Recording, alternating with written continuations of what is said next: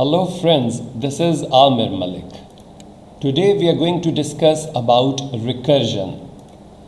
Recursion means the repeated application of a recursive procedure or definition.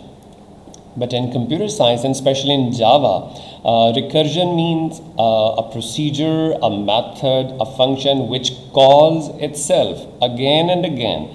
As you can see on the screen, there is a public void method oops, which takes one parameter integer n, and in the procedure it is printing the value of n, and then it is calling itself again and again and again. So if you give it a value like 5 or 10 or 20, it will print the value of 10, and then it will call itself again, and it will print the value of n again, and it is basically a kind of infinite recursion. So this method or this code will never stop.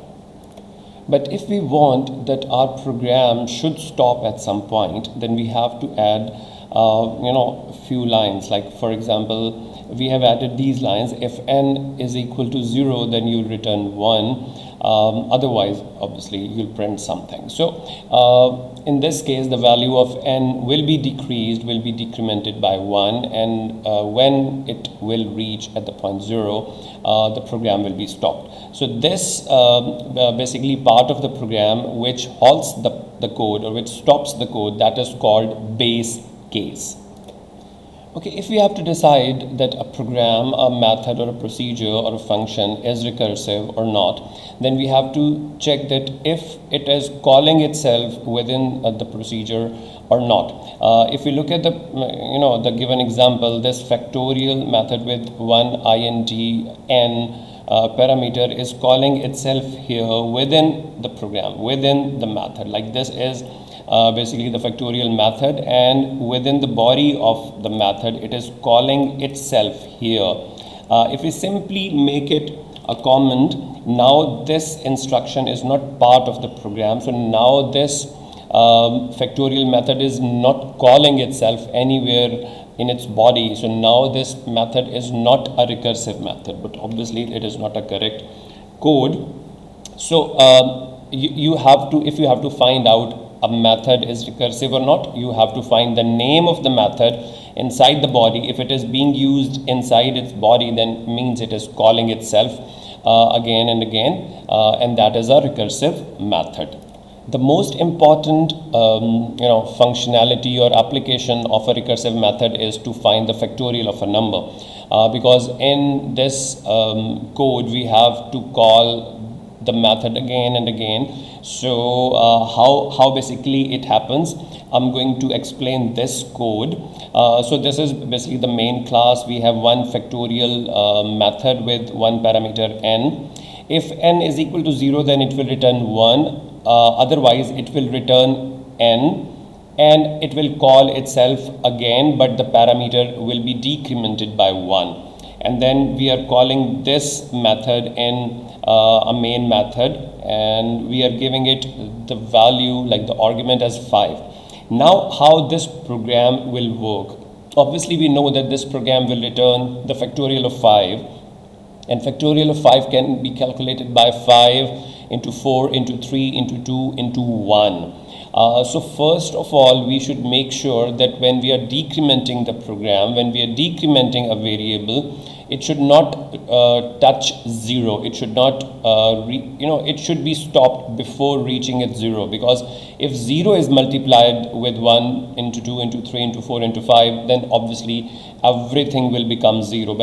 Because when 0 is multiplied with any number, it makes it 0. So that's why we have created this base case, that if n is equal to 0, it will return you 1, and it will be stopped before like when n is basically becoming 0. So when it will like n will become 0, it will return 1. Otherwise it will take all the values from 5, 4, 3, 2 to 1. So now how basically recursion or recursive method works? The most important thing is it creates a stack. It calls itself and it will put it in a place, and then it will call itself again. Then it will create a stack, and the latest call will be put on the previous one, and the next will be put on it, and a stack will be created. And when you are going to execute it, and when you're going to call it, now it will be it will use the reverse order. So you can call it a LIFO, last in first out method. So how it works, okay, I'm going to explain it in in a doc here. Okay, so when the program is called by giving it a parameter 5, first of all it will check here 5 is not equal to 0. So obviously if the part of this this part of the block will not be executed and the control will go to the else part, it will return 5, which is the value of n, and then it will call itself again, but with the parameter 5 minus 1, 4. So it will be like this: factorial of 5 is equal to 5, like the value of n, and then it will call itself but with the parameter n minus 1, like 5 minus 1, 4. Now when it calls it again, then the value of n is 4 now. So it will come here, n is not equal to 0, so it will come to this else part, and it will return 4, because now the latest value of n is 4, and then it will call itself with the parameter 4 minus 1, 3.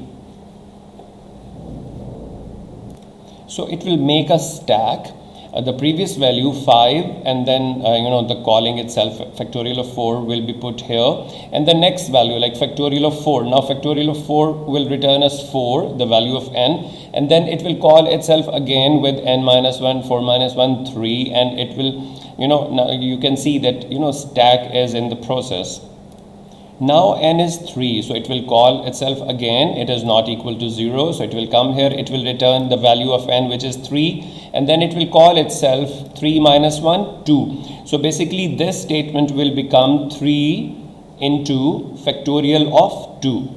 So now the stack looks like this.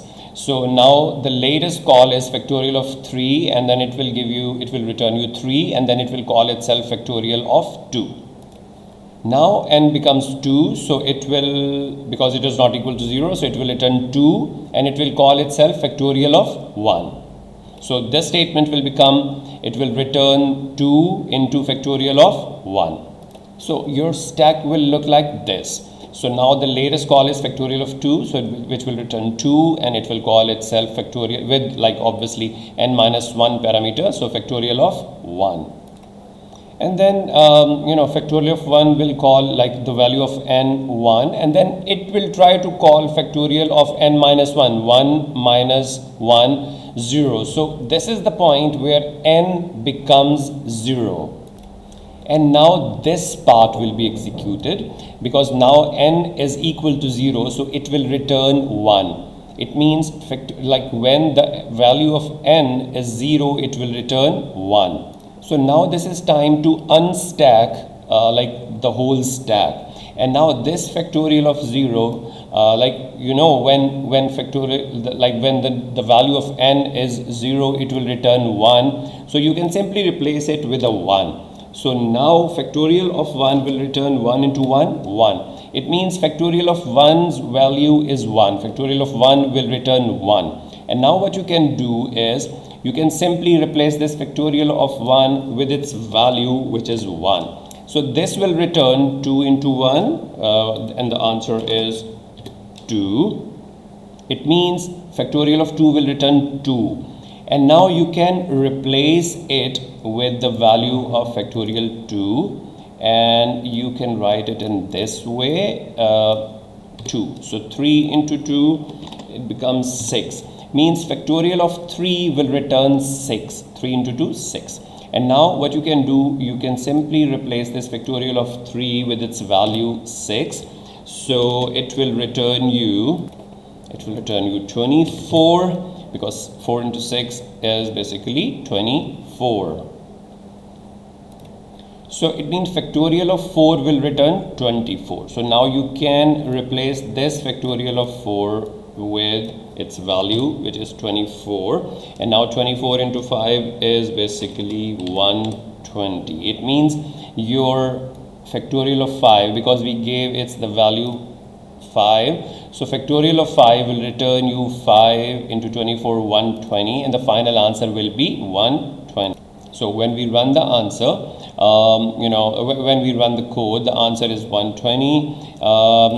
This factorial of 5 is this, basically this print statement will print the string and then the value of factorial of 5, and as we checked here, factorial of 5 will return 120. So this will be the final answer of factorial of 5. And if we want to check it, see 5 into 4 into 3 into 2 into 1, so the factorial of 5 should be 120. So this is the way your answer is correct. Okay, if we look at this code, you can see it is like reduce by 1. It is a method and we are giving it a parameter 5, and now the reduce by 1 method, this is the whole body of reduce by 1 method. What is inside it? So if n is not equal to 0, so obviously the value of n, if it is not equal to 0, then you will the method will call itself again with the parameter n minus 1. Means the value of the parameter will be decremented by 1, and then this is just inside the body, and after the body, after all the calls are done, then it will print the value of n with this string completed call and then n. Okay, now before running the program, let me explain it to you. For example, in this case we have given it a value 5, means the value of n is 5. So this method should be checked, that how will it work. So the value of n is 5, because it is not equal to 0, so it will call itself again, means with the parameter 5 minus 1, 4. It is not doing anything, it is not printing anything, because the body of the method is this, because this print statement will be executed or should be executed after the execution of the recursive method. So before printing anything, before going outside the body, the method will call itself. So the first value is 5. It will call itself with the parameter 4. So it will call, now the value of n is 4. Remember, the first value of n was 5. Now n is 4. It is not equal to 0, so it will call itself. And now it will call it with the value 3, n minus 1. So 4 minus 1, 3. So now n will become 3. And now it will call itself again. It will become 2, and then it will become 1. When it will become 0, but before reaching at the point 0, it has already created a stack with the values 5, 4, 3, 2, 1. So it was like that. And 5 was at the bottom, and then 4, and then 3, and then 2, and then 1 was at the top, because that was the last call. So it should be at the top of the stack. Now, because it is 0, so this body will not be executed, and it will go outside the code, and it will start calling itself. So because it has to start from the top of the stack, so the top of the stack, the value of n is 1. So it will print completed call 1, and then it will simply take the next value of the stack, which was 2.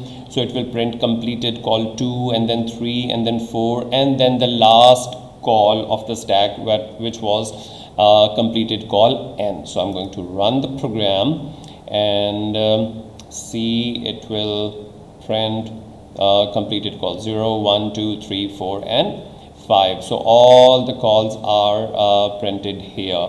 Now if I change it a little bit, like I'm going to write this statement inside the body before calling itself.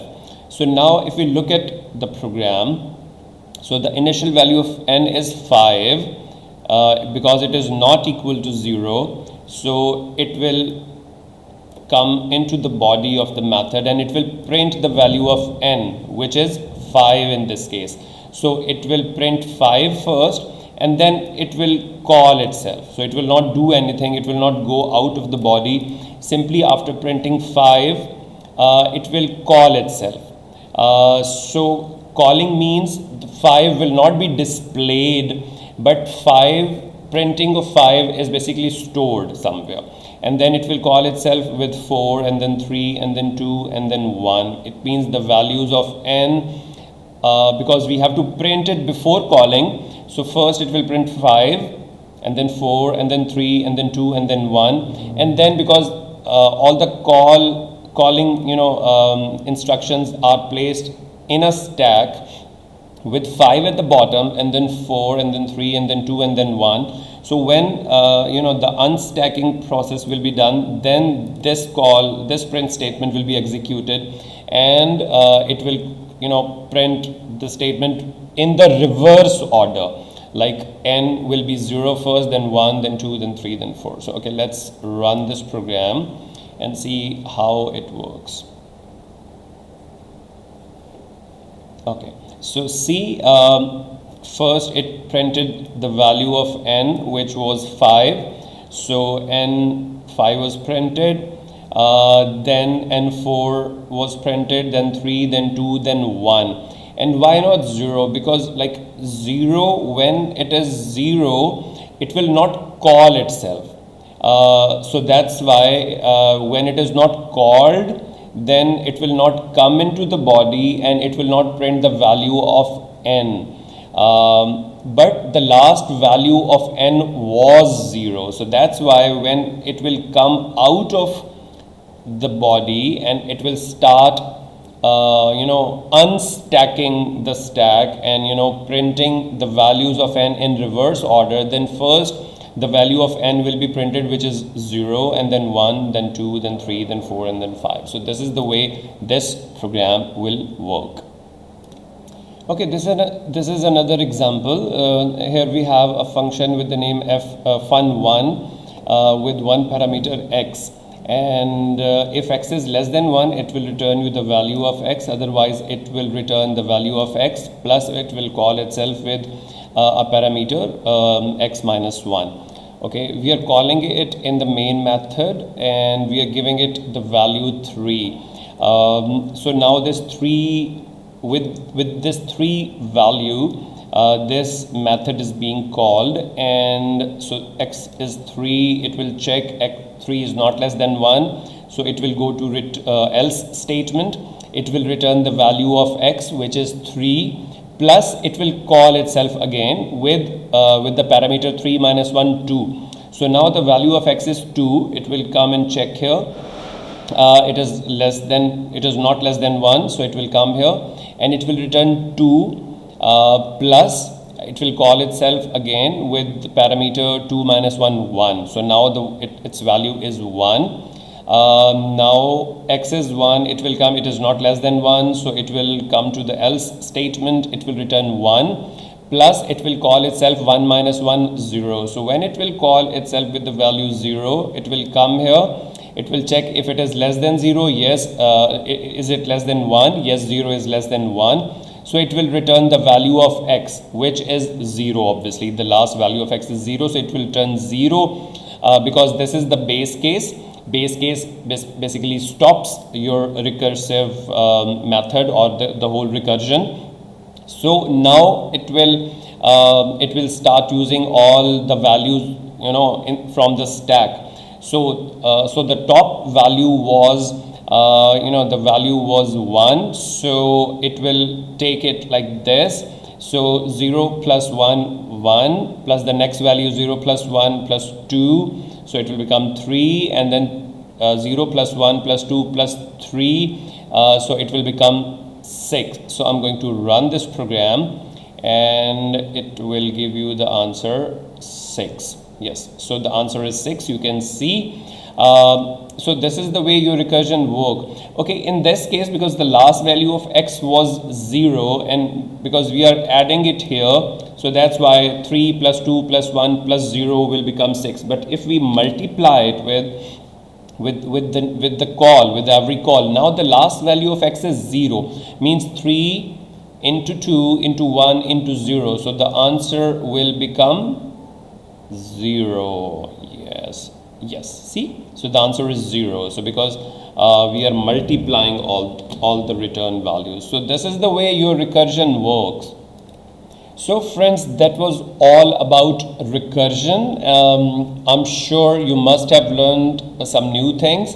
If you have any queries, you can write me some message under the comment section.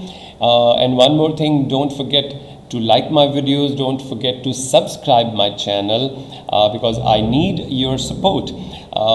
Till next video, take care. Have a nice day.